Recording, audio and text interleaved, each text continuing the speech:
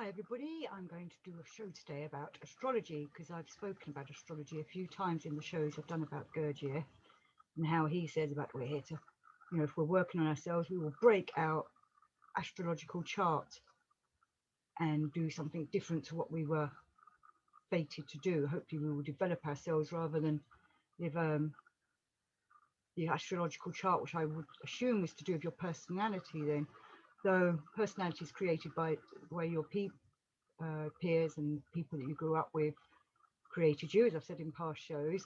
So I assume that also that your astrological chart must be put with your essence in some way. It can be a little bit confusing as to what it is you're actually trying to break, because he's saying that or he seems to be saying, like I just said, that the astrological chart that you're born with is the one that's set in stone, but if we can change it, that means it's not set in stone. If we can do something else, we break the cycle. So maybe your astrological chart is your cycle if you continue not being awake but being asleep, living your life asleep, and then having to come back again, whether it's recurrence or reincarnation. You don't move on. But if you break your astrological chart in a good way and have developed yourself then and contacted your higher selves and your higher centers, then when you die, you hopefully move on to the next stage of whatever human evolution is. So I'm going to do lots of quotes again from it. Gurdjieff says that, where was I? This is from All and Everything.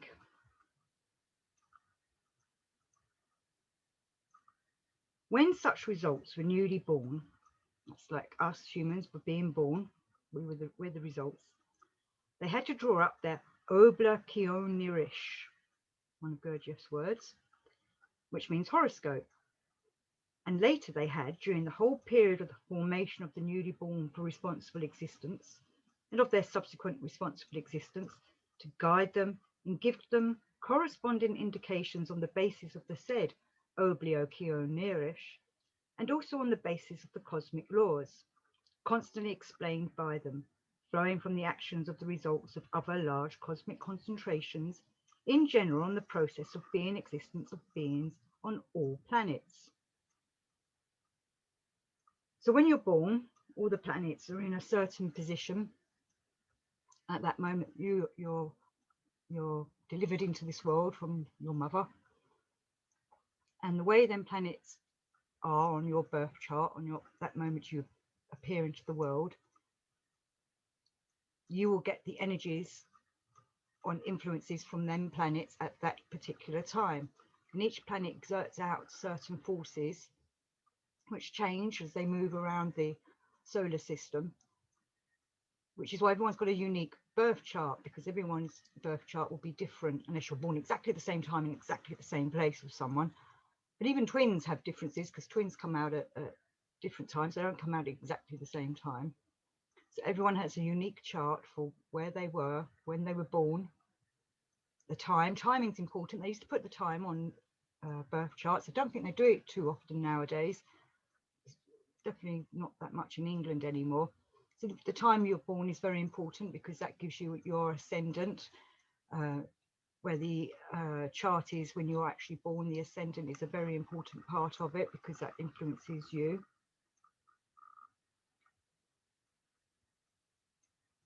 Because Gurdjieff says also in Views from the Real World, the planets exert a very great influence on the life of the Earth and on all existing and living organisms, a far greater influence than our science imagines.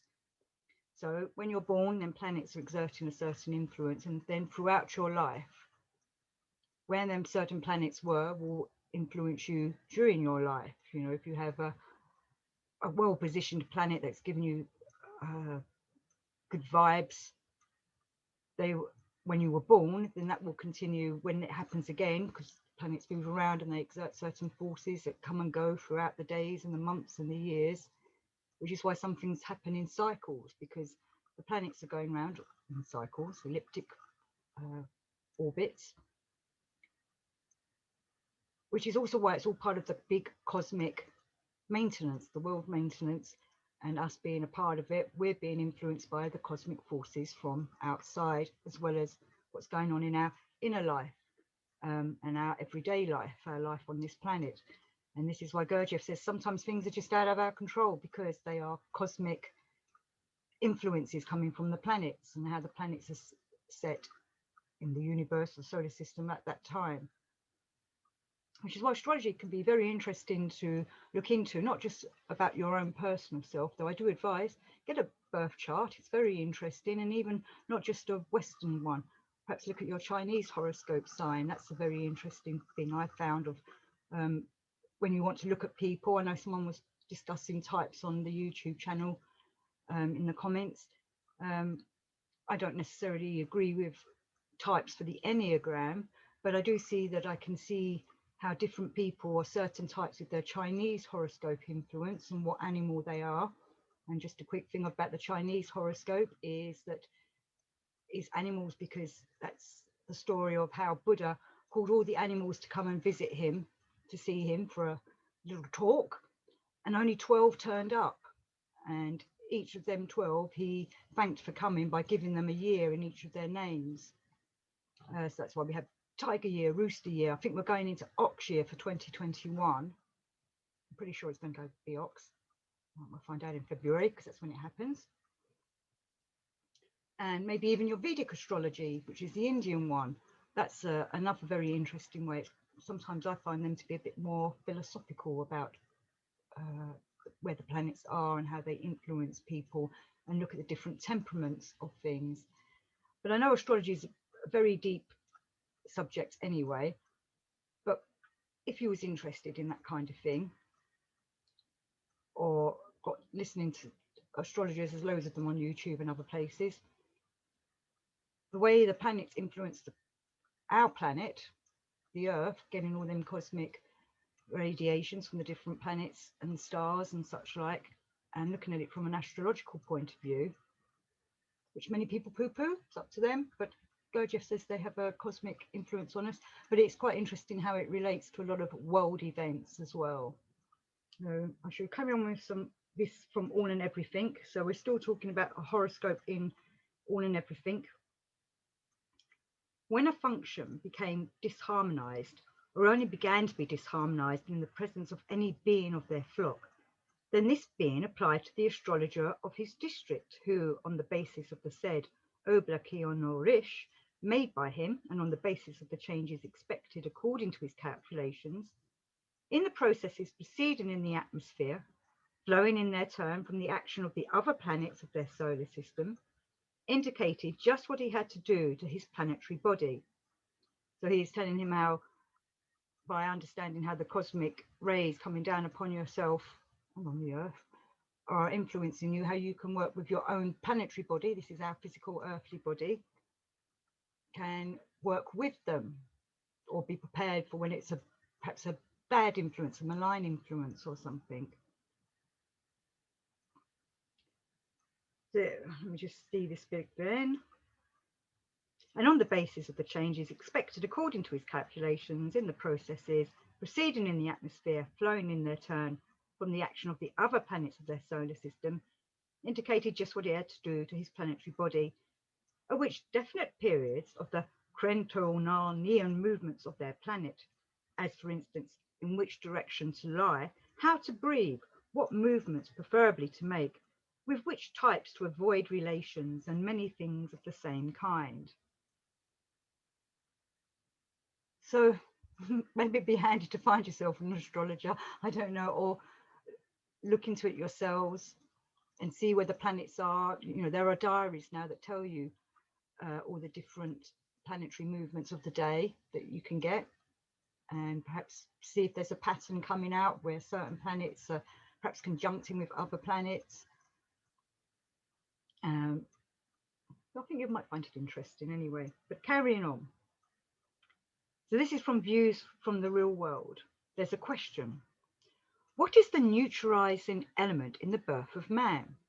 And Mr. G replies, some kind of colour mixed with the active and passive principles. It too is material and has special vibrations. All the planets project their vibrations on the Earth, and all life is coloured by the vibrations of the planet nearest to the Earth at a given moment. All planets have emanations, and the emanations of each planet are strongest when it is nearest to the Earth. Planets project special influences, but each special influence stays unmixed for only a short time. Sometimes the totality has special vibrations. Here too, the three principles must correspond to one another in accordance with law. When their relationship is correct, there can be crystallization. So here is hinting at how we could use the planet's influences to help ourselves develop. And another thing that one can do, if one wanted, look up the myths and histories of planets. You know, I'm sure many of you know of Mars as the red planet, seen as the planet of war. But if you actually look deeper into what the gods are that are related to each planet and why they're known as this, why Venus is known as the planet of love and Mercury is known as the planet of communication, it begins to make more sense to yourself to why these certain influences are affecting you on certain days. And I don't look at daily readings myself of astrologers, but some astrologers actually say in their front piece or their editorial of what planets are going to affect what next week or that day, you know, like if Saturn's conjuncting Mars or something. And sometimes they explain why they're doing this or what the influences could be. You know, like many people talk about Mercury going retrograde, and that when it's gone retrograde, that's when things muck up and communications muck up and transport's not as reliable as it usually is. But then when it's going normally, that's when we get all our messages. When Mercury's doing its usual elliptic path, it's when things should be flowing more smoothly. But depending on when you're born is how it influences you. The same with the moon, and hopefully I'll do a show on the moon soon coming up. And many of you know about the moon cycles and how it waxes and wanes, full moon, new moon when there's no moon, and the start of its new cycle, and how that influences people. And whether we all turn into werewolves on a full moon or not is quite interesting. So carrying on with Gurdjieff. So this is also from Views from the Real World. All beings born on earth are coloured by the light prevailing at the moment of birth and keep this colour throughout life. And indeed, planets have a tremendous influence both on the life of mankind in general and on the life of individual man. It is a great mistake of modern science not to recognise this influence. On the other hand, this influence is not so great as modern astrologers would have us believe. Man is the product of the interaction of three kinds of matter. 1, atmosphere of the earth. 2, minerals and metals. 3, a third combination, planetary influences, which comes from outside and meets these two matters, atmosphere of the earth, minerals and metals. This neutralizing force is the planetary influence which colours each newly born life. This colouring remains for the whole of its existence. If the colouring was red, then when this life meets with red, it feels in correspondence with it. There are congenial and uncongenial combinations. For instance, red stimulates anger, blue awakens love. Pugnacity corresponds to yellow. Thus, if I am apt to lose my temper suddenly, this is due to the influence of the planets. It does not mean that you or I are actually like that, but we may be. So I'm kind of repeating myself now. It's looking at the planets and how they influence us. And if you can find out the backgrounds to the planets and the solar system and how the whole solar system works, it helps you to analyze how the cosmic rays are affecting you. So this is from All and Everything. They are each coated just as we are, in accordance with the reflection of heredity, with the conditions at the moment of conception and with the other factors that serve in general as the causes for the arising and formation of every being. And I wanted to do that quote because some astrologers actually do your birth chart from the date of conception as well.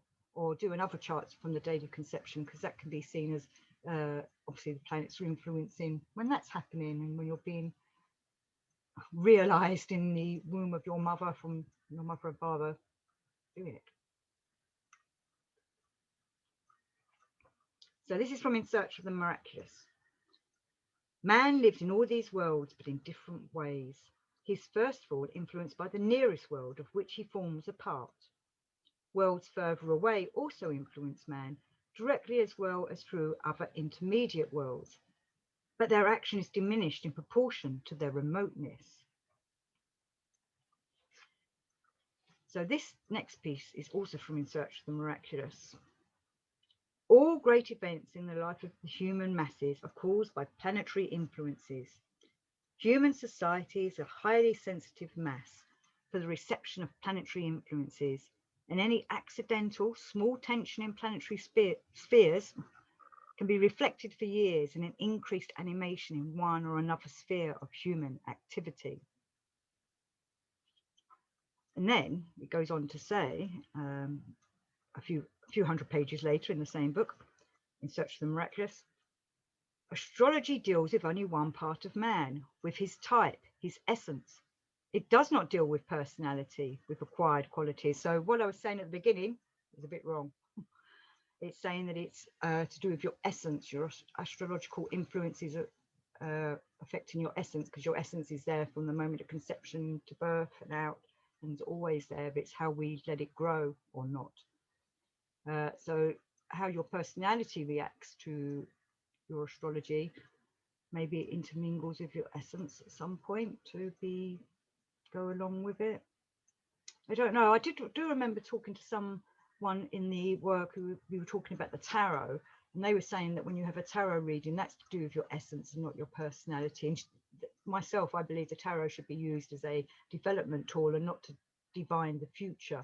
You know, you're not there to try and find out if you're going to get that job next week or meet Mr. or Mrs. Right next week or whatever. It should be about how you're progressing. If you read the tarot properly through as a book first off, and not in a book, but read the tarot cards as a book and all the different pictures, how it starts from the Fool and go, you know, we're the Fool, wanting to go forward on our adventure. We become the Magician, which is the next card, so we can create our life and go forward. And we've got the High Priestess, which brings in our spiritual aspects, and we've got the Empress and the Emperor, male and female. You know, it goes on from there, Hierophant, to teach you the ways forward. I think it's Lovers next, which is the law of three, I believe. And it carries on from there all the way up to the world and the universe, so that you can become the world and create the world in yourself.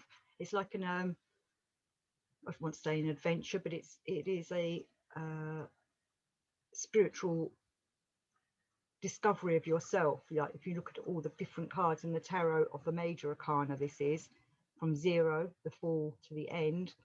It tells a story of how one develops and how one goes through you know, becoming a hermit, so that one can stay in and learn everything. Well, not stay in, but you know, retreat into oneself to ponder on everything one's learned and come back out again. And you have your Hanged Man, which is you letting go of all the old and bringing in the new.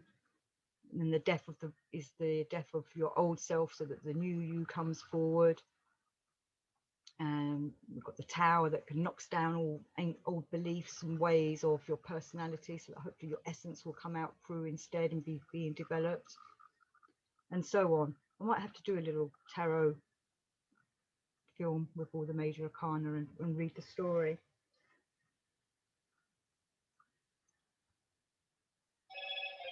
I forgot to turn my phone off again. I do apologise.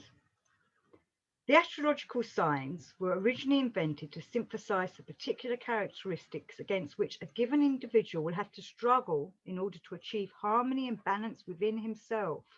And that's from Fritz Peters, whose books I love. I think they're a great book. Well, I love all books on Gurdjieff, but them ones I find very entertaining. So, you know, you've got them planets influencing you at birth, and they're not all going to be good and they're not all going to be bad, but throughout your life you'll have certain struggles that you might be able to relate to once you understand the planets and the stars and how they work in their different houses in your astrological chart. how you can see the pros and cons of them, and the temptations they throw up to you, or the struggles that you're going to come against, and the obstacles that are going to be put before you, and show you what you have in you that you can use to work with them.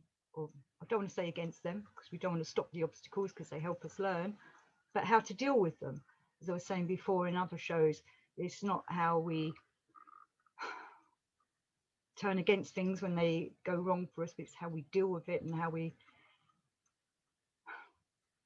use it to our benefit.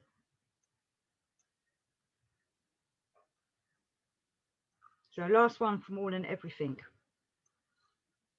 According to this principle, and he's talking about the Atu Klanots, the duration of being existence and also the whole of the contents of their common presence are in general acquired from the results arising from the following 7 actualizations surrounding them. Namely, from 1, hereditary in general, 2, conditions and environment at the moment of conception, 3, the combination of the radiations of all planets of their solar system during their formation in the womb of their productress. So even while you're in them 9 months in the womb, the planets are working on you. 4, the degree of being manifestation of their products during the period they are attaining the age of responsible being. So as you're growing up as a child into adulthood. 5, the quality of being existence similar to themselves around them, finding the right type of people with you that will teach you how to stay on the right path and develop yourself. And we get easily influenced by our peers and shown bad habits and bad ways of other people, and then think we can mimic them instead. Follow your conscience, as I've said in other shows. Where was I? 4, 5. The quality of being existence similar to themselves around them. Oh, I've done that one. Sorry. 6. The quality of the telecromagnetic fault waves formed in the atmosphere surrounding them, also during the period of attaining the age of majority. That is, the sincerely manifested good wishes and actions on the part of the beings of the same blood. So that's your family. Working with your family, loving my family, even though they can be very testing at times. I've heard many gurus talk about how it's all great to try and find enlightenment while you're sitting in a monastery or a nunnery or whatever, a temple somewhere, and in a retreat and developing yourself, but the real test is how you are when you're with your family. And 7, law of 7, the quality of what are called the being copula, I'm going to say that again, being ego plasticuri.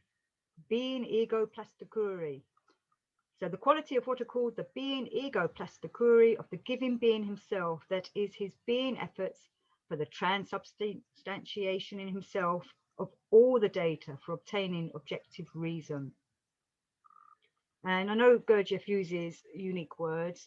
He is concerned that language, of all the languages of the world, words have been losing their meaning or have many meanings to them or don't have their original meaning. So he was trying to come up with words which had a definite meaning to them. So that's why he uses these strange words in his books. But he does explain that in his books, what each one means. So I'm just going to read number 7 again. The quality of what are called the being ego plasticuri of the giving being himself, that is his being efforts for the transubstantiation in himself of all the data for obtaining objective reason. And I wish you all luck with that. And I hope you look into your birth charts, if you want to. I find it an interesting thing. We all like looking about ourselves, finding out what we're really like, and you might find some revelations. So until next time, may the planets and stars shine down upon you. Peace and out.